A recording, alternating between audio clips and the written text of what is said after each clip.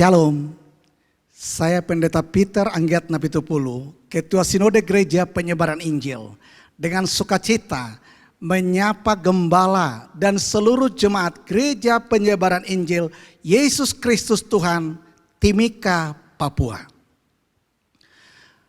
Pada bulan Desember 2015 yang lalu, saya khotbah di jemaat ini. Dan pada saat itu, gembala di tempat ini, yaitu Bapak Pendeta Morris Serulo Nababan, masih single, belum menikah. Dan pada saat itu juga, dia belum menyelesaikan sarjana teologianya. Dan juga belum ada gedung gereja milik sendiri seperti yang sekarang ini. Dalam kurun waktu 4,5 tahun, 2015 sampai sekarang ini, bulan 5, 3 pokok doa yang besar di atas itu, ternyata Tuhan sudah kerjakan dengan luar biasa untuk jemaat Tuhan di tempat ini. Pendeta Morris telah menyelesaikan kuliahnya dan sarjananya di STT Stapin Majalengka. Dan berikutnya dia pun menikah dengan Pendeta Carla Pangke dan telah dikaruniai seorang putri yang cantik. Dan bukan hanya itu, Tuhan pun telah memberkati jemaat ini dengan gedung ibadah yang bagus. Walaupun saya baru melihat fotonya Bapak Ibu. Dan nanti akan dipakai setelah berakhirnya COVID-19 ini. Nah, ini Bapak Pendeta Morris Serulo Nababan bersama dengan istri dan anaknya. Dan ini juga adalah gedung gereja penyebaran Injil Yesus Kristus Tuhan Timika, Papua yang cukup bagus. Dengan mengingat betapa besarnya berkat Tuhan yang sudah dialami oleh Bapak Gembala dan seluruh jemaat di gereja di tempat ini, patutlah kita sama-sama mengucap syukur kepada Tuhan. Dan dalam kaitan bagaimana masa sekarang ini menghadapi masa COVID-19, penyebaran virus corona yang sedang terjadi, mewabah di bangsa kita ini.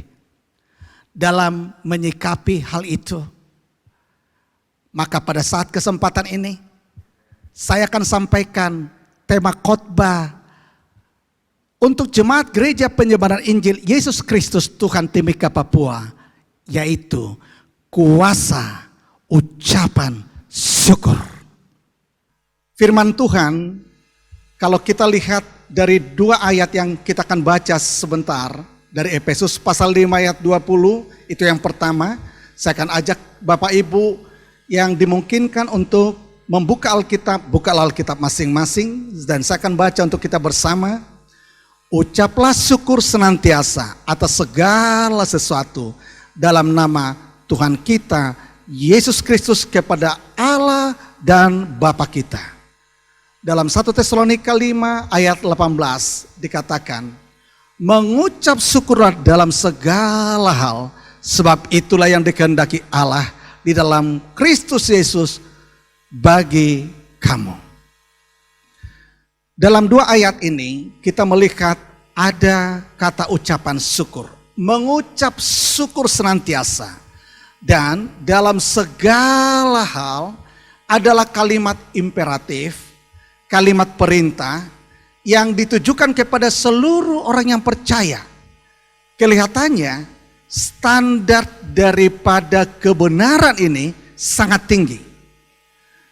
Karena siapa yang dimungkinkan untuk senantiasa dalam segala hal mengucap syukur. Namun demikianlah sepatutnya sikap orang yang percaya kepada Yesus Kristus. Pada saat kita diberkati oleh Tuhan, marilah kita mengucap syukur kepada Dia. Dan tatkala kita masih masa-masa ujian, proses Tuhan sedang terjadi kepada kita, marilah kita juga bersyukur kepada Tuhan. Bagaimana kalau kita, saudara, mengucap syukur pada saat diberkati? Contoh sederhana saya akan ajak dalam kitab Lukas, pasal 17 ayat 12 sampai 19. Ini kisah dari 10 orang yang tadinya sakit kusta, tetapi Yesus menyembuhkan mereka. Saya akan baca ayat 12 mulai. Ketika ia memasuki suatu desa, datanglah 10 orang kusta menemui dia. Mereka tinggal berdiri agak jauh. Ayat 13. Dan berteriak, Yesus Guru, kasihanilah kami. Ayat 14. Lalu ia memandang mereka dan berkata, pergilah, perlihatkanlah dirimu kepada imam-imam. Dan sementara mereka di tengah jalan, mereka menjadi tahir. Ayat 15. Seorang dari mereka ketika melihat bahwa ia telah sembuh, kembali sambil memuliakan Allah dengan suara nyaring. Lalu tersungkur di depan kaki Yesus dan mengucap syukur kepadanya. Orang itu adalah seorang Samaria. Ayat 17. Lalu Yesus berkata, bukankah ke-10 orang tadi semuanya telah menjadi tahir? Di manakah yang 9 orang itu? Ayat 18. Tidak ada di antara mereka yang kembali untuk memuliakan Allah selain daripada orang asing ini? Ayat 19. Lalu ia berkata kepada orang itu, berdirilah dan pergilah. Imanmu telah menyelamatkan engkau. Bapak, Ibu, dan saudara yang Tuhan kasihi, kalau kita melihat orang yang disembuhkan dari sakit kusta ini, artinya secara tubuh dia mengalami berkat kesembuhan. Dan tatkala kustanya sudah berakhir dan dia lihat tubuhnya sembuh, maka tatkala mengalami berkat seperti ini, sudah sewajarnya mengucap syukur. Dan ternyata yang satu orang yang datang kepada Yesus mengucap syukur ini, Yesus pertama sudah memberkati tubuhnya dengan kesembuhan. Namun tatkala dia datang lagi kepada Yesus untuk mengucap syukur atas kesembuhan itu, ada berkat yang kedua yang Yesus berikan kepada dia, yaitu imanmu menyelamatkan engkau. Tadi ada berkat secara jasmani yang Tuhan berikan kepada dia. Dan ketika dia terima berkat secara jasmani, dia bersedia bersyukur. Dan ketika dia bersyukur, berkat yang kedua datang dari Yesus, yaitu berkat rohani. Imanmu menyelamatkan engkau. Yang 9 orang yang tadinya diberkati tubuhnya dengan kesembuhan, tapi tidak bersedia mengucap syukur, dia tidak menerima berkat yang kedua. Itulah sebabnya firman Tuhan berkata, dalam segala perkara kita mengucap syukur, termasuk ketika kita sudah diberkati oleh Tuhan. Jangan lupa mengucap syukur. Seharusnya kita bersyukur juga saat mengalami ujian iman. Ada dalam Alkitab, yaitu pengalaman dari Ayub, di mana dia mengalami ujian iman yang kita sudah tahu, saudaraku. Dalam kitab Ayub pasal 2 ayat 7 dan beberapa ayat ke bawah saya akan bacakan. Pasal 2 ayat 7. Kemudian iblis pergi dari hadapan Tuhan. Lalu ditimpanya Ayub dengan bara yang busuk dari telapak kakinya sampai ke batu kepalanya. Ayat 9. Maka berkatalah istrinya kepadanya, masih bertekunkah engkau dalam kesalehanmu? Kutukilah Allahmu dan matilah. Ayat 10. Tetapi jawab Ayub kepadanya, engkau berbicara seperti perempuan gila. Apakah kita mau menerima yang baik dari Allah, tetapi tidak mau menerima yang buruk? Dalam kesemuanya itu Ayub tidak berbuat dosa dengan bibirnya. Saudara, di awal Ayub ini tegar, Ayub ini kuat. Namun saudara, masa ujian itu semakin lama saudaraku menimpa kehidupannya. Akhirnya, walaupun di awal kelihatan tegar dan kuat, namun dengan masa yang berlanjut ujian yang terjadi dalam kehidupannya, Ayub pun akhirnya tidak mampu bersyukur dalam segala perkara. Ayub akhirnya mengeluh dan juga menyalahkan yang lainnya. Dalam hal ini, Ayub bersalah dalam perkataannya. Kita bisa lihat mulai kitab Ayub pasal 3 ayat 1. Dikatakan demikian. Sesudah itu Ayub membuka mulutnya dan mengutuki hari kelahirannya. Di sini sudah mulai ada kata-kata kutuk dari mulut yang tadinya saudaraku menang. Dan tidak saudaraku kalah di awal. Tapi waktu masa proses ujian ini juga membuat dia akhirnya membuka mulutnya dan mengutuki hari kelahirannya. Ayat 11 dari Ayub pasal 3 dikatakan demikian. Mengapa aku tidak mati waktu aku lahir? Atau binasa pada waktu aku keluar dari kandungan? Dia mempersalahkan sekarang ini kandungan orang tuanya yang melahirkan dia. Dan ayat 12 dari Ayub pasal 3. Dia berkata, mengapa pangkuan menerima aku? Mengapa ada buah dada sehingga aku dapat menyusuh? Saudara lihat di sini, kata demi kata keluar dari mulutnya sudah kata-kata yang mempersalahkan, kata-kata yang mengutuk.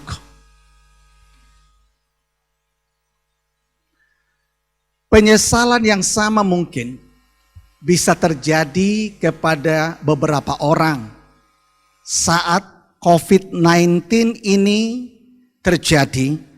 Bisa saja beberapa orang saudaraku berkata bernada penyesalan. Kira-kira mungkin begini, mengapa saya kredit mobil menjelang terjadinya COVID-19? Dan sekarang kan saya jadi sulit untuk menyicil. Mungkin ada yang lain juga berkata, mengapa saya menunda pernikahan saya? Tidakkah seharusnya ketika sebelum terjadi COVID-19 ini, resepsi pernikahan sudah saya lakukan? Akhirnya saudara, ada banyak perasaan-perasaan saudaraku menyesal, mempersalahkan sini dan itu saudara. Dan mungkin ada juga yang berkata, mengapa saya pilih pekerjaan ini detik-detik COVID-19 ini terjadi di Indonesia? Sehingga kalau saya pilih pekerjaan ini, saya pun justru tidak bisa melanjutkannya karena semuanya pending. Karena COVID-19. Saudara, rasanya menyalahkan dengan kata-kata. Bahkan penyesalan dengan kata-kata. Begitu banyak orang saudara kasih Tuhan melakukannya zaman Ayub. Dan bisa saja di zaman kita sekarang juga. Ayub pasal 17 ayat 7. Ayub saudaraku, kalau kita lihat, dikatakan, mataku menjadi kabur karena pedih hati. Segala anggota tubuhku seperti bayang-bayang. Saudara, sakit hati, kalau kita ikuti terus penyesalan sakit hati, itu bisa membuat pedih hati kita. Dan anggota tubuh kita seperti bayang-bayang dan mata kita menjadi kabur. Pasal 17 ayat 11. Umurku telah lalu, telah gagal rencana-rencanaku, cita-citaku. Saudara lihat di sini, berbagai rencana ternyata sebelumnya sudah dimiliki oleh Ayub. Dan penyesalan terjadi dan dia berkata, sudah gagal rencana-rencanaku dan cita-citaku. Pasal 17 ayat 1. Semangatku patah, umurku telah habis, dan bagiku tersedia kuburan. Saudara, saya berdoa supaya Tuhan kiranya menolong semua kita yang mendengarkan kebenaran ini, agar tidak ada roh keputusasaan menyiksa kehidupan kita dan berkata, lebih baik aku mati daripada saya mengalami situasi yang merupakan dampak daripada COVID-19 ini, atau karena permasalahan-permasalahan yang lain yang terjadi dalam diri kita. Kiranya Tuhan membebaskan kita hari ini dari roh putus asa. Jangan kita berkata, udah lebih baik aku mati, tinggal kuburan saja di depan saya. Kekasih Tuhan, seperti Ayub yang begitu rupa dirinya mengalami kepahitan dan sampai mau mati, saudaraku, ternyata ketika dia kembali kepada Tuhan, Tuhan itu adalah Tuhan yang sanggup memulihkan. Ayub dipulihkan oleh Tuhan. Bagaimanakah Ayub, saudaraku, dipulihkan oleh Tuhan? Ternyata kalau kita melihat dalam pasal 42, dia secara pribadi datang kepada Tuhan. Dan ketika dihampiri Tuhan secara pribadi, akhirnya saudara kasih Tuhan, dalam ayat 5 dikatakan, hanya dari kata orang saja aku mendengar tentang engkau. Tetapi sekarang mataku sendiri memandang engkau. Ayat 6. Disinilah saudaraku, ketika dia ada dalam hadiratnya Tuhan, berjumpa dengan Tuhan secara pribadi. Disinilah saudara, akhirnya ada gerakan Tuhan di dalam hatinya untuk mengetuk hatinya dan menyadarkan dia bahwa dia sudah bersalah. Dan dia perlu, saudaraku, mencabut kata-kata yang pernah diucapkan dalam pasal 3 kitab Ayub itu. Maka dalam ayat 6 dari Ayub pasal 42 dikatakan begini. Oleh sebab itu aku mencabut perkataanku, dan dengan menyesal aku duduk dalam debu dan abu. Saudara yang Tuhan kasihi, kalau pernah ada kata-kata yang kita keluarkan yang negatif, apakah itu sudah lampau, yang lalu saudaraku, maksud saya sebelum COVID-19 ini, atau pada saat-saat saudaraku COVID-19 ini? Saudara, ketika kita ucapkan kata-kata negatif, itu memiliki kuasa. Dan ketika kita datang kepada Tuhan dan kita tahu kebenaran firman Tuhan, marilah kita mencabut kata-kata itu. Cabut supaya kuasanya tidak terjadi dalam diri kita. Iblis itu penuduh. Ketika kita ucapkan kata-kata, walaupun itu sudah lama saudara, dia seringkali akan menuduh kita. Dan supaya tuduhan itu berhenti dan kuasa perkataan negatif berakhir, sebagai orang yang mengetahui kebenaran firman Tuhan dan yang disadarkan oleh Roh Kudus dalam hati kita, mari cabut semua kata-kata negatif, apapun itu. Contoh sederhana Bapak Ibu sekalian. Kalau suami istri pernah saudaraku konflik dan pernah secara emosi muncul kata-kata, kita cerai saja. Kata-kata itu saudara, tatkala kita keluarkan, walaupun itu dalam emosi kita, maka ada kuasa yang turun untuk selalu membuat keluarga ini kecenderungannya ke arah bercerai. Untuk itu Bapak Ibu sekalian, adalah tepat sekali jika kita mencontoh Ayub ini, mencabut semua kata-kata yang negatif itu, cabut dalam nama Yesus supaya kuasanya tidak ada lagi. Ibu-ibu, bapak-bapak atau siapapun, mungkin dalam emosi kita sampaikan pernah kata-kata kita yang negatif kepada anak-anak kita. Ketika saudaraku nilai raportnya saudaraku sangat rendah dan banyak nilai saudaraku yang kita lihat yang tidak sesuai dengan harapan kita, sehingga kita berkata kata-kata negatif kepada dia. Bolehkah itu kita cabut kembali saudaraku? Ucapkan kata-kata iman, kata-kata berkat, dan itulah yang akan terjadi kepada semua anak-anak kita, kepada semua teman-teman kita, suami istri kita, dan lingkungan dan komunitas kita. Selain Ayub mencabut kata-kata negatif, dia juga mulai saudara mendeklarasikan, memproklamasikan, mengucapkan dengan kata-kata iman tentang kesanggupan Tuhan untuk menolong hidupnya. Sehingga dalam Ayub pasal 42 ayat 2 dikatakan, aku tahu bahwa engkau sanggup melakukan segala sesuatu dan tidak ada rencanamu yang gagal.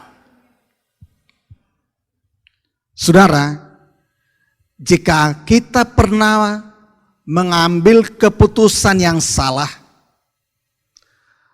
baik itu menjelang COVID-19, baik itu waktu-waktu yang lampau saudaraku, dan mungkin kita berkata, ya, keputusan saya itu sudah membuat saya menjadi terbeban untuk bertanggung jawab dengan keputusan yang ada.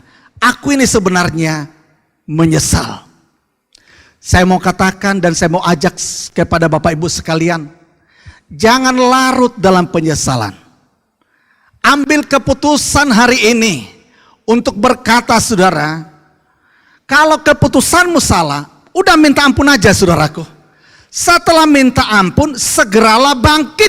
Dan setelah bangkit, ucapkan kata-kata dari janji-janji Tuhan yang akan terjadi bagi masa depanmu.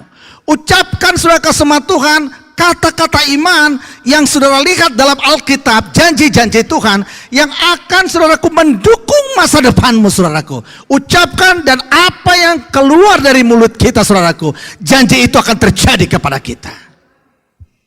Mungkin saudaraku bisa mengungkapkan seperti contoh dalam Mazmur 23 ayat 3. Kita bisa berkata, Ia menuntun aku di jalan yang benar oleh karena namanya. Apa arti jalan yang benar? Jalan yang benar itu adalah jalan yang tepat.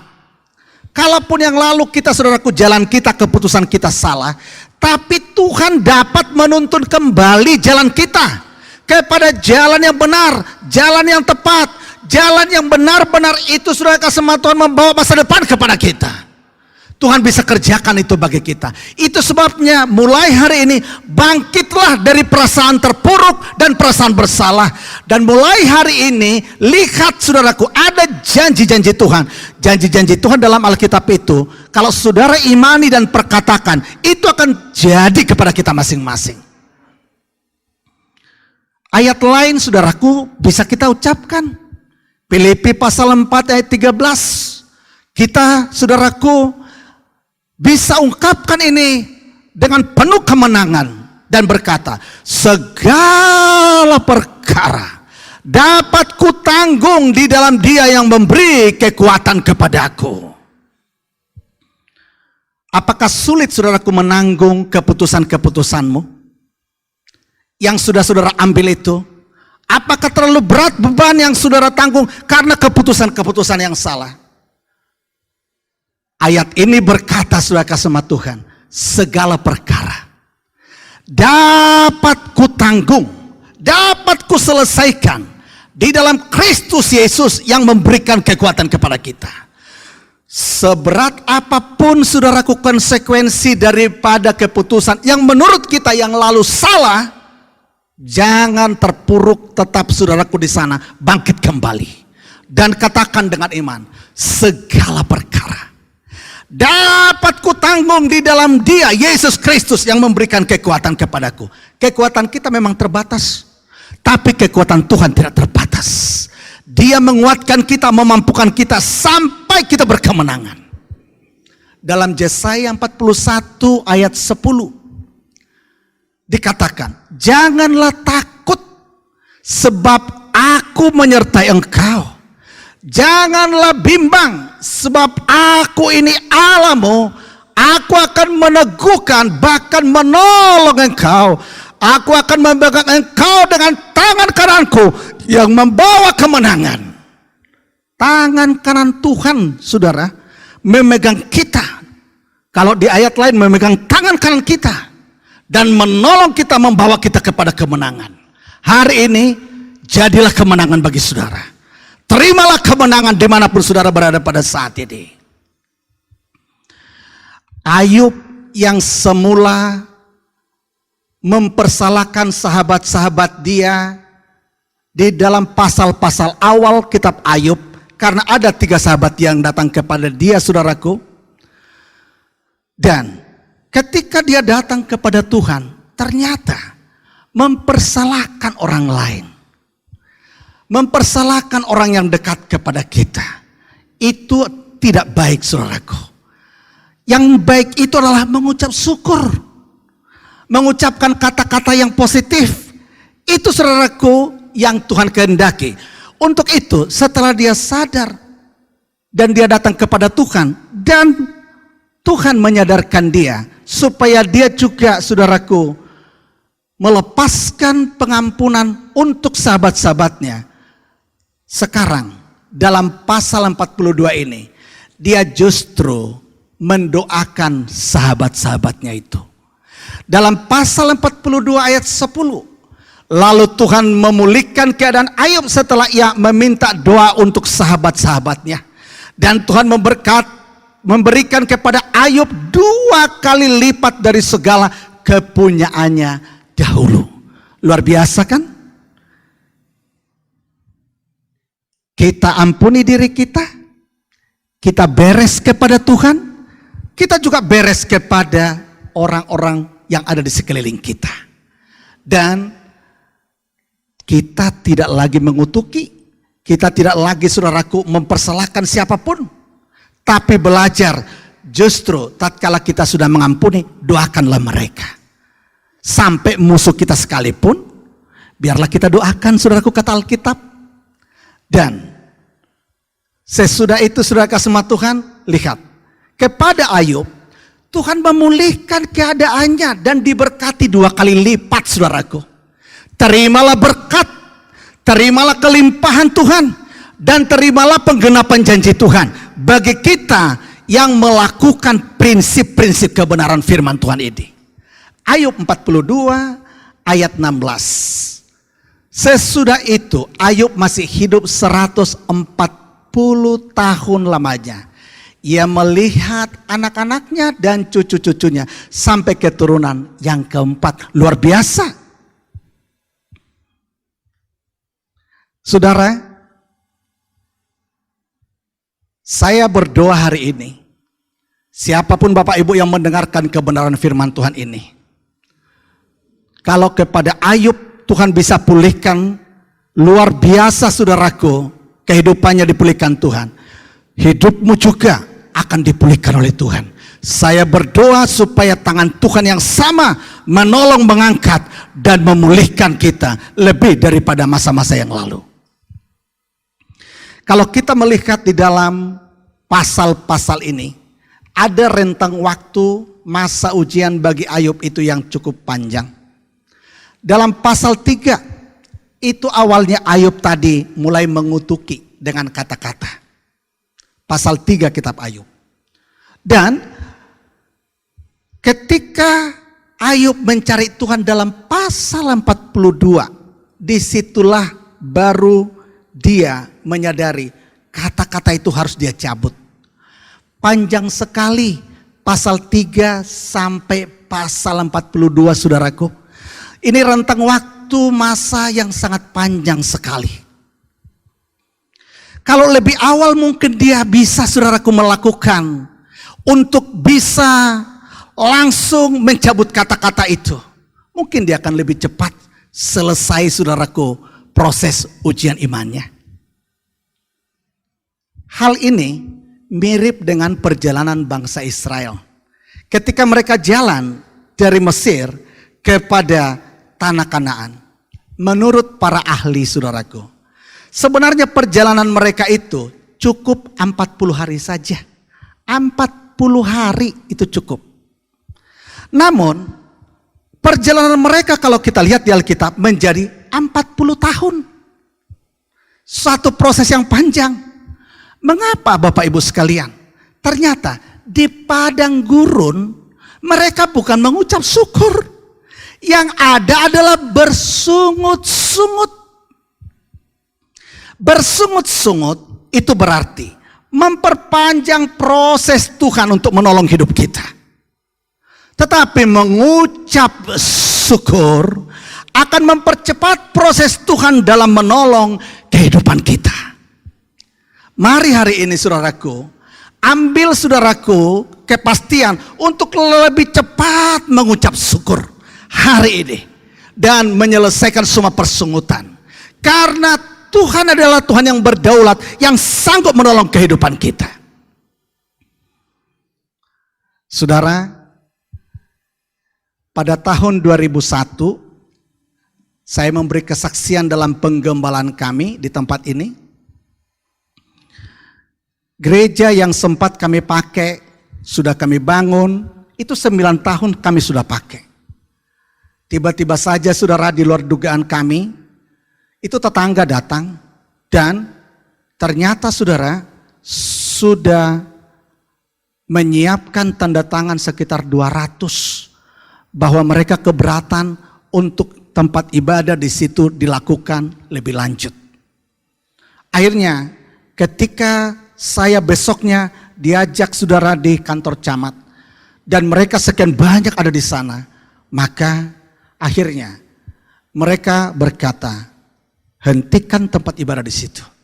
Kalau tidak dijamin untuk keamanan gedung itu. Saudara, akhirnya pulang dari kantor camat itu, saya pun akhirnya memutuskan untuk tidak melanjutkan tempat ibadah di situ lagi. Resolusi kepada tempat ibadah kami terjadi di tahun 2001 itu. Ketika saya pulang, sebelum nyampe di rumah, saya bertemu dengan seorang ibu. Dan saya menceritakan kisah ini kepada ibu. Ibu ini langsung berkata, Pak Pendeta, dengan kejadian seperti ini, apa yang Pak Pendeta akan lakukan?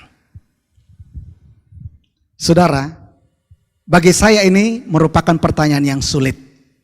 Tetapi karena saya mempercayai firman Tuhan, saat itu langsung saya katakan, Ibu, walaupun tempat ibadah tidak boleh dipakai lagi, saya akan mempraktekkan firman Tuhan yang berkata, mengucap syukurlah dalam segala perkara. Supaya firman Tuhan yang di dalam Alkitab itu tidak hanya tinggal di Alkitab, tetapi saya akan menjadi suratan yang terbuka yang mempraktikkan firman Tuhan. Dan saya katakan, Bu, saya akan mengucap syukur dalam hal ini karena firman Tuhan berkata seperti itu. Saudara, dengan demikian kami pakai tempat di tempat lain. kemudian pakai lagi tempat di tempat lain. Sebelum tempat ibadah yang sekarang ada, itu 3,5 tahun kami harus mengontrak di satu tempat dan pindah lagi ke tempat lain. Saudara, 3,5 tahun, mirip masa kesukaran.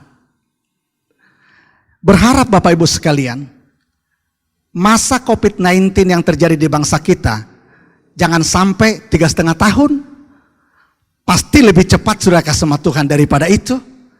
Itu harapan dan doa kita saudaraku. Tetapi yang saya mau katakan, pada 3,5 tahun itu saya merasakan sepertinya saya di padang gurun.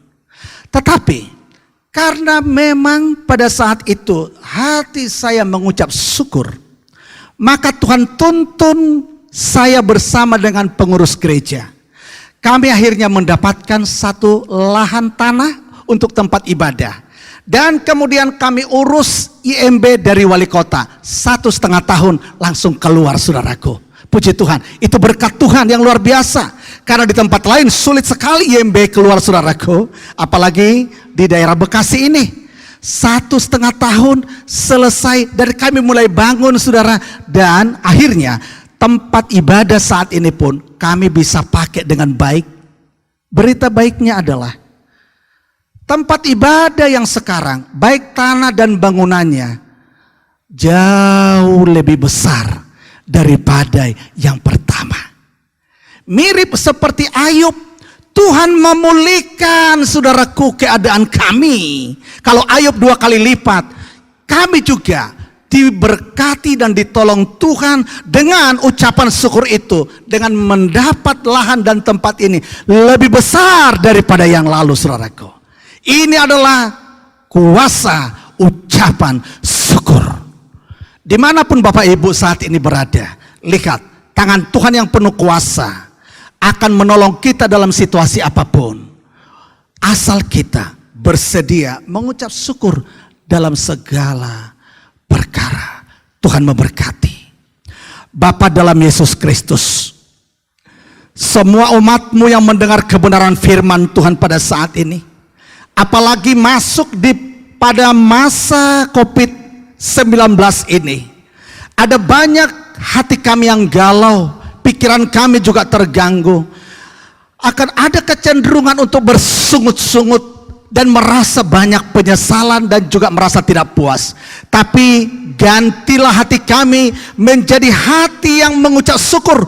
Kami cabut kata-kata negatif, kami patahkan penyesalan-penyesalan, dan kami cabut itu dalam nama Yesus. Ganti dengan roh ucapan syukur pada saat ini. Terima kasih kepada Tuhan yang ajaib. Dan tatkala kami mengambil komitmen mengucap syukur dalam segala perkara, maka lepaskan berkat-Mu. Kalau Engkau menolong Ayub, kalau Engkau Tuhan sudah menolong Tuhan yang sakit kusta dengan berkat double, Tuhan berkati semua yang mendengarkan kebenaran ini dengan jalan keluar dan pertolongan yang segera turun karena ucapan syukur di dalam nama Tuhan Yesus Kristus.